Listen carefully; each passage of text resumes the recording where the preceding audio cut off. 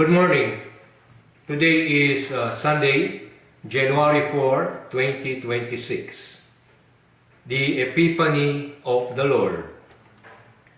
Our Mass offerings coming from the congregation of our Mother of Perpetual Help Oriental Catholic Church for the eternal repose of the late Archbishop Emil Federico Rodriguez E. Perfield, Archbishop Mark Miller, Archbishop Bernard Doe, and Bishop Michael Marshall.